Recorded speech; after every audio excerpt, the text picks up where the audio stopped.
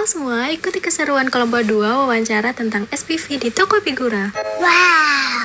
Ini dia tokonya, Toko Figura Samijaya, beralamat di Jalan Ngagel Jaya Selatan nomor 88 Surabaya. Kita berwawancara tanggal 28 September pukul 4 sampai 6 sore hari.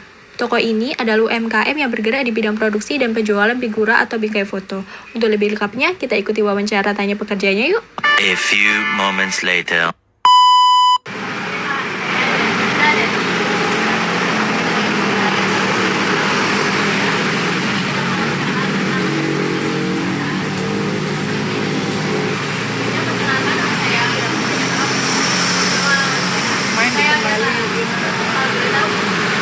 Saya Rudian Marsya, saya kerja 8 tahun, 2016 hingga 2004 tahun.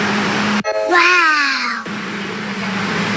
Saya sebagai pelatih pemilik, karena saya juga di ekspedisi, juga sebagai ngatur gudang, juga bisa ngatur keuangan juga. Jadi semua kalau pemilik tidak ada, bisa serahkan ke saya.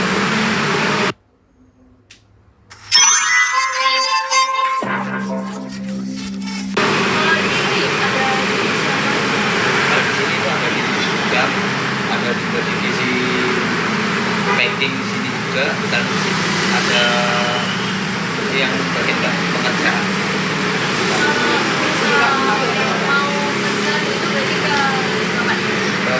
Nanti ada di bagian kasih juga.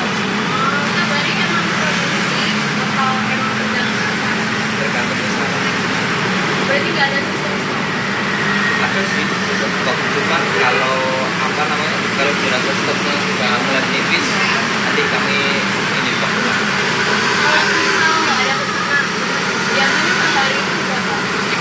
Kalau itu ya, itu sampai berapa hingga ratusan sampai 200.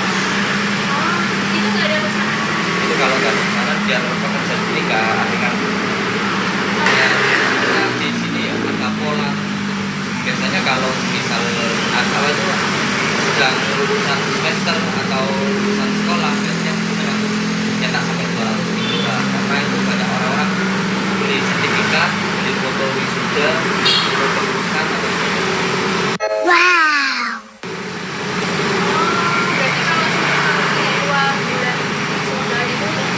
Ya itu baru nanti bikinnya cuma 100.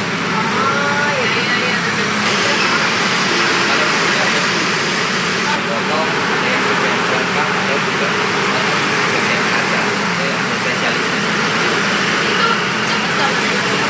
Kalau satu figura sendiri itu nggak sampai 15.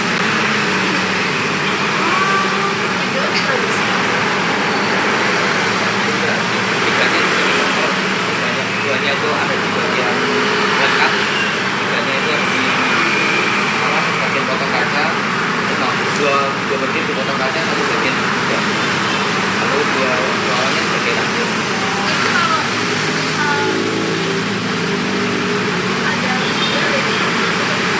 Nggak harus itu nanti kalau misal di celah-celah di sana nggak ada tulisan nanti itu nanti di situ stop.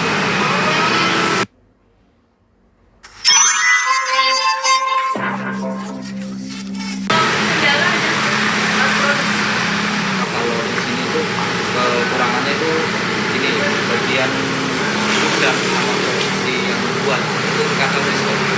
Jadi kalau misal miskom itu kan figuranya kalau misal ada misalkan 100, gara-gara miskom sama gudang, padahal stok yang di belakang itu kan cukup. Nah itu harus sering komunikasi. Kan ada orang pesan ke kasir minta 100 berapa, itu harus komunikasi. Kalau bukan itu sampai nggak jawab, ya udah. Misalnya kami harus tahu. Karena spesialis bukan cuma satu orang. Terkadang kalau orangnya masuk, nggak ngomong privasi, tapi kalau orangnya masuk harus dia belum ada. Karena memang level peratusan ini semua lokasinya juga. Jadi kalau ini kan, oh ini letaknya di belakang terus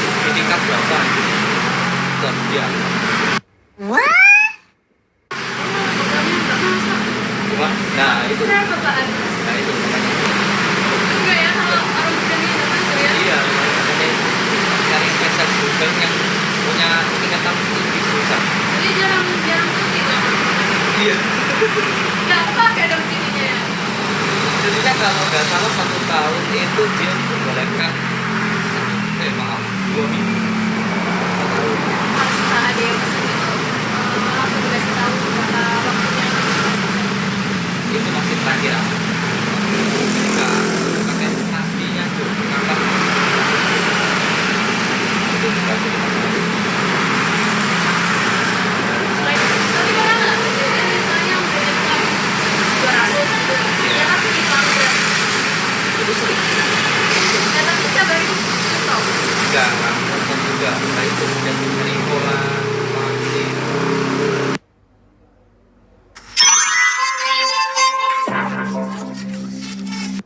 Itu berarti banyak fiber.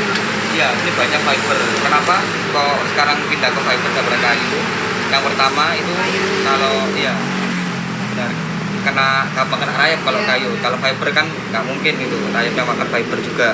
Dan juga fiber ini lebih awet daripada kayu. Dan kalau kayu kena air dikit itu sudah langsung jamur. Sedangkan fiber enggak. Tapi kenapa lebih mahal kayu? Karena kayu sekarang lebih terbatas pada pabrik-pabrik itu. Kalau untuk fiber sekarang udah banyak sampai Jakarta, Surabaya itu ada sekitar 100 supplier. Berarti suppliernya dari mana aja? Ini kami suppliernya itu ada di Jakarta, di Gresik, Mojokerto, Sidoarjo.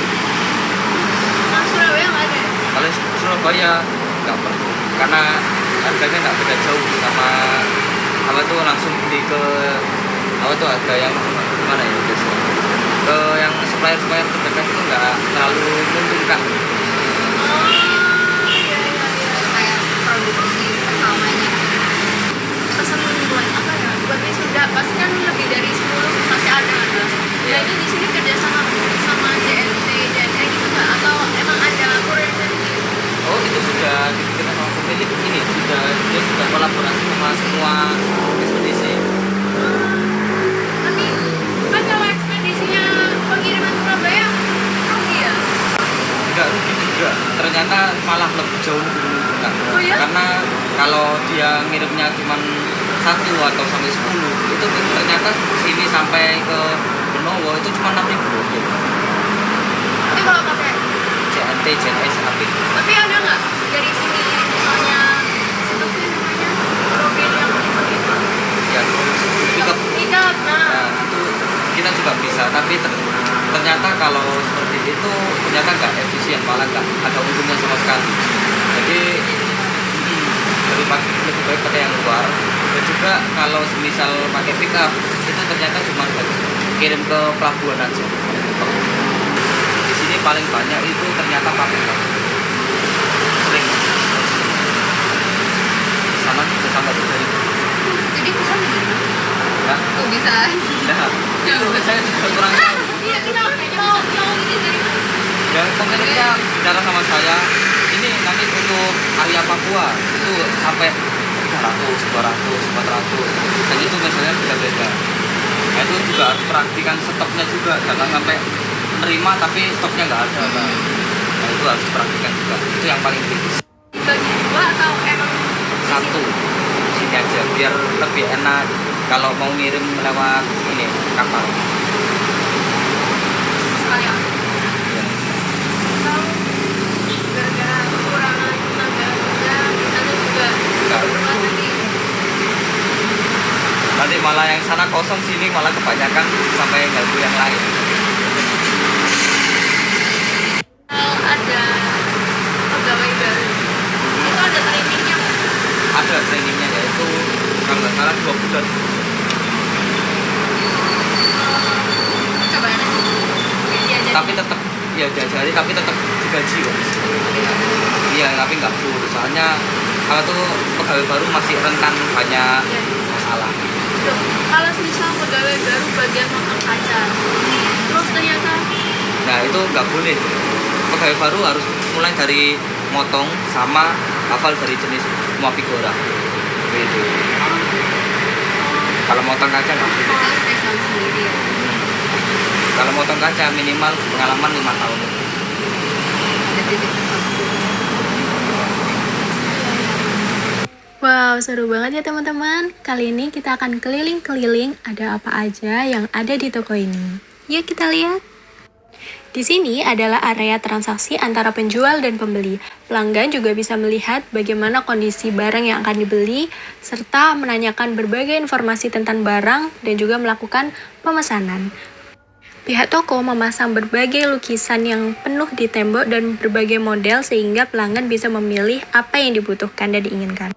Di sini adalah area gudang bahan baku, di mana pemilik toko menyimpan berbagai bahan baku dengan berbagai model yang disimpan pada lantai 1 gudang. Dari sini kita menemukan beragam masalah yang dimana bahan baku ditumpuk dengan tidak safety atau tidak aman dan berserakan.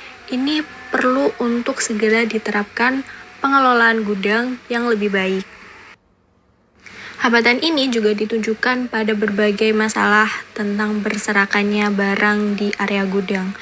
Pentingnya menerapkan 5R, yaitu ringkas, rapi, resik, rawat, dan rajin. Dengan menerapkan metode ini, dapat menciptakan lapangan kerja yang tertata, efisien, dan produktif.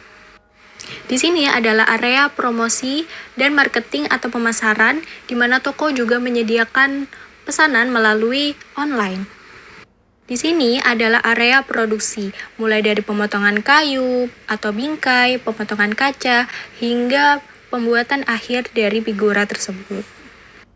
Wah, ternyata udah selesai nih. Terima kasih teman-teman sudah menonton. Sampai jumpa. Terima kasih sudah menonton video kami.